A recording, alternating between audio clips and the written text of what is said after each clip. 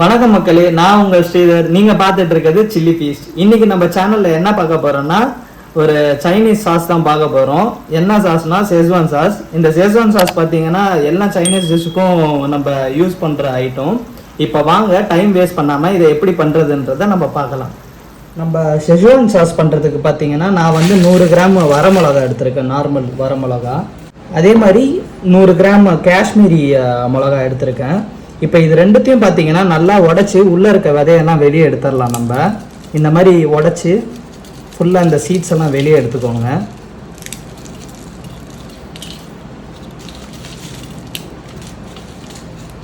எல்லாத்தையும் இந்த மாதிரி ரெண்டாக பிச்சு இந்த மாதிரி கையில் பண்ணிங்கன்னா வரும்.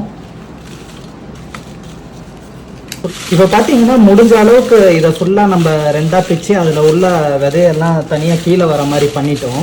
மீதி உள்ளது பார்த்தீங்கன்னா நம்ம இதை வந்து பாயில் பண்ணுவோம் தண்ணியில் போட்டு, அப்போ வந்துடும். இப்போ நம்ம காஷ்மீரி மிளகா பண்ண மாதிரியே இப்போ வந்து நம்ம வர மிளகாவையும் அதே மாதிரி பிச்சு நம்ம சீட்ஸ் எல்லாம் வெளியே எடுத்துடலாம். பார்த்தீங்கன்னா நம்ம வர மிளகாவில் உள்ள விதையும் ஓரளவுக்கு நம்ம எடுத்தாச்சு. இப்போ இதை வந்து நம்ம வேறு பாத்திரத்துக்கு மாற்றிக்கலாம். இப்போ பார்த்தீங்கன்னா நம்ம மிளகாலேருந்து இவ்வளோ விதை வந்துருச்சு, நம்ம பிச்சு வெளியே எடுத்துட்டோம். மீதி உள்ளது பார்த்தீங்கன்னா நம்ம பாயில் பண்ணும் போது அதுவாகவே செப்பரேட் ஆயிரும். இதே பார்த்தீங்கன்னா நம்ம ஏன் செப்பரேட் பண்ணுறோன்னா, ஃபஸ்ட்டு இதனால பார்த்தீங்கன்னா நம்ம ஷெஸ்வான் சாஸுக்கு பார்த்தீங்கன்னா கலர் வந்து கிடைக்காது. இன்னொன்று இந்த விதையில் அவ்வளோவா காரம் இருக்காது. இதை போடுறதுனால நம்ம ஷெஸ்வான் சாஸோட அந்த ஸ்பைசினஸும் கம்மியாயிரும். இன்னொன்று இந்த விதை பார்த்தீங்கன்னா நம்ம மிக்சியில் போட்டாலும் ரொம்ப ப்ராப்பராக கிரைண்ட் ஆகாது, அங்கங்கே பார்த்தீங்கன்னா கொரகொரப்பாக இருக்கும். அதனால தான் நம்ம இந்த சீட்ஸை வந்து செப்பரேட் பண்ணிடுறோம். இப்போ வந்து நம்ம பிரித்து வச்சுருந்த மிளகாவை வந்து இப்போ தண்ணி ஊற்றி பாயில் பண்ணலாம். இப்போ நம்ம மிளகாவை பார்த்தீங்கன்னா தண்ணியில் போட்டு ஒரு 10 மினிட்ஸ் வேக வைப்போம். இப்போ தண்ணியில் நல்லா மிளகாவை டிப் பண்ணுவோம். இதை வந்து பார்த்தீங்கன்னா நம்ம மீடியம் ஃப்ளேம்லேயே ஒரு 10 மினிட்ஸ் குக் பண்ணால் போதும். நம்ம மிளகா எல்லாம் சாஃப்டாயிரும். ஸோ அந்த டைமில் நம்ம இதை அரைக்க ஆரம்பிச்சிடலாம். இப்போ தண்ணி கொதி வர்றதுக்காக நான் இப்போ வந்து அடுப்பை ஸ்பீடில் வச்சு இதை கொஞ்சம் மூடி போடுறேன்.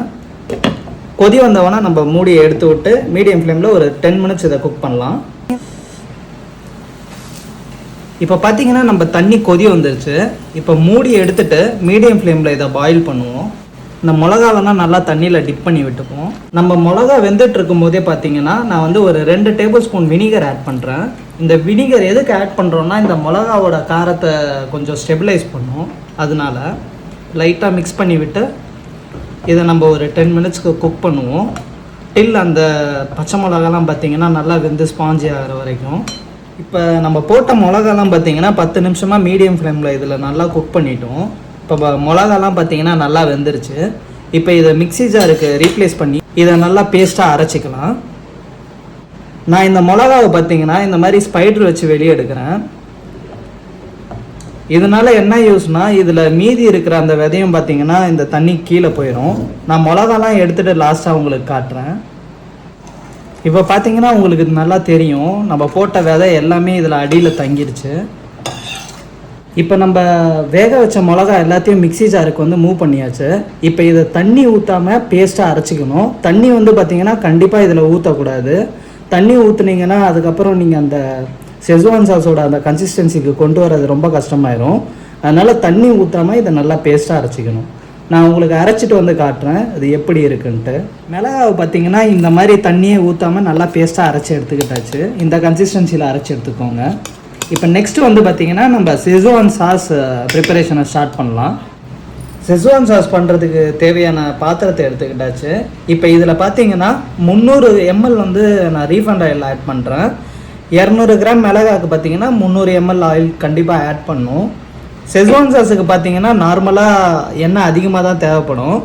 எண்ணெய் வந்து ஏன் அதிகமாக ஊற்றுறோன்னா, ஃபஸ்ட்டு இதில் ஊற்றுற எக்ஸ்ட்ரா எண்ணெய் பார்த்தீங்கன்னா நம்ம வேஸ்ட் பண்ண போகிறது இல்லை. எனி சைனீஸ் டிஷ் பண்ணாலும் இந்த ஆயிலை நம்ம யூஸ் பண்ணிக்கலாம், இந்த ஷெஸ்வான் சாஸில் உள்ள ஆயிலை.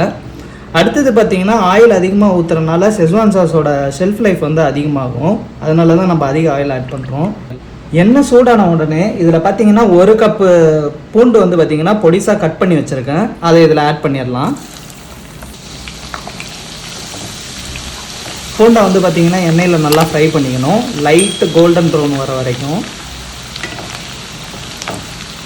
அடுத்து பார்த்தீங்கன்னா 1/2 கப்பு இஞ்சி பொடிசாக கட் பண்ணி வச்சுருக்கேன், அதை இதில் ஆட் பண்ணிடலாம்.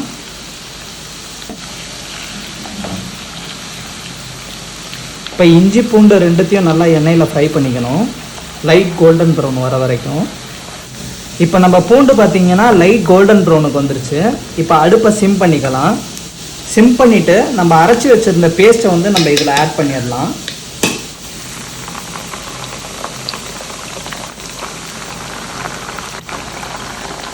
இப்போ நம்ம பேஸ்ட் எல்லாத்தையும் இதில் ஆட் பண்ணியாச்சு. இப்போ அடுப்பை மீடியம் ஃப்ளேமில் வச்சு இதை நல்லா நம்ம எண்ணெயோடு சேர்த்து மிக்ஸ் பண்ணி விட்டுக்கலாம்.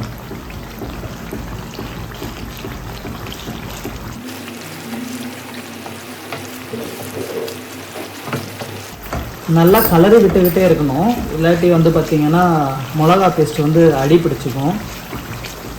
இதை வந்து பார்த்திங்கன்னா நீங்கள் மீடியம் டு ஹைலே தான் இதை குக் பண்ணணும்.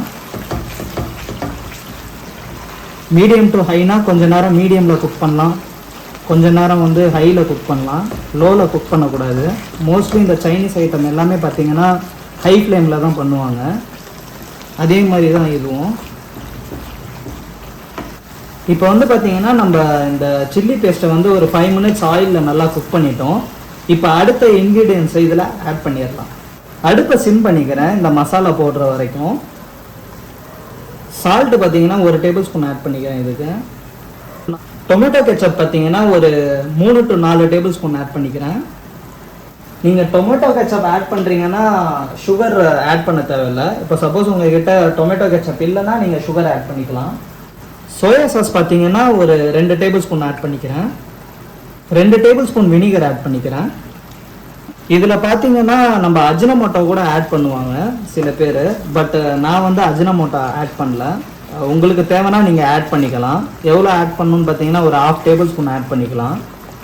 ஏன்னா நம்ம இதில் ஆல்ரெடி ஏற்கனவே நிறைய சாசஸ் ஆட் பண்ணுறோம், இந்த சோயா சாஸ் அந்த மாதிரி. அதனால் வந்து பார்த்திங்கன்னா நான் வந்து இது அஜினமோட்டோவை ஸ்கிப் பண்ணிடுறேன். இப்போ இது எல்லாத்தையும் சேர்த்து நல்லா மிக்ஸ் பண்ணி விட்டுருவோம்.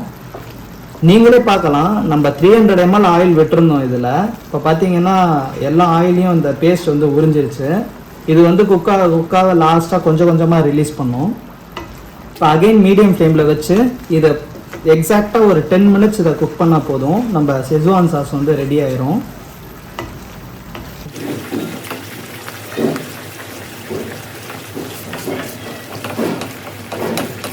நம்ம செஜ்வான் சாஸ் பார்த்தீங்கன்னா ஒரு 10 minutes-ஆக நல்லா குக் பண்ணிட்டோம். இப்போ பார்த்தீங்கன்னா ஆயிலெலாம் திரிஞ்சு மேலே வந்துருச்சு. இந்த டைமில் பார்த்தீங்கன்னா லாஸ்ட்டாக நீங்கள் அடுப்பை ஆஃப் பண்ணிவிட்டு 1 table spoon Kashmiri red chilli பவுடரை ஆட் பண்ணிடுங்க. ஆட் பண்ணி நல்லா மிக்ஸ் பண்ணி விட்டுருங்க. இது ஏன் ஆட் பண்ணுறோன்னா இது வந்து பார்த்தீங்கன்னா இந்த செஜ்வான் சாஸுக்கு நல்ல கலர் கொடுக்கும். இந்த டைமில் நினைக்கலாம் இதில் சுத்தமாக ஆயிலே இல்லைன்ட்டு. ஒன்ஸ் இந்த செஜ்வான் சாஸில் இருக்க ஹீட் வந்து கம்மியான பிறகு எண்ணெய் ஃபுல்லாக மேலே வந்துடும். அவ்வளோதான் மக்களே, நம்ம செஜ்வான் சாஸ் ரெடி. நீங்களும் இந்த செஜ்வான் சாஸை நான் சொன்ன அளவுகளோட உங்கள் வீட்டில் செஞ்சு பாருங்கள், நல்லா வரும். இந்த செஜ்வான் சாஸ் பார்த்தீங்கன்னா எல்லா சைனீஸ் ஐட்டத்துக்கும் நீங்கள் யூஸ் பண்ணலாம். Example chilli chicken, gobi manchurian, இந்த எக் மஞ்சூரியன், இந்த மாதிரி எல்லா ஃப்ரைட் ரைஸு, செஜ்வான் நூடுல்ஸு எல்லாத்துக்குமே நீங்கள் இதை ஆட் பண்ணலாம். ரொம்ப நல்லா இருக்கும். அதே மாதிரி இதில் வர ஆயிலும் பார்த்தீங்கன்னா அதுக்கு நீங்கள் ஆட் பண்ணிக்கலாம். அது வந்து நல்ல டேஸ்ட்டும் கொடுக்கும், ப்ளஸ் கலரும் கொடுக்கும்.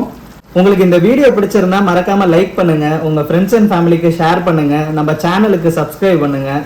உங்களை இதே மாதிரி இன்னொரு வீடியோவில் சந்திக்கும் வரை உங்களிடமிருந்து விடைபெறுவது நான் உங்கள் ஸ்ரீதர். பை.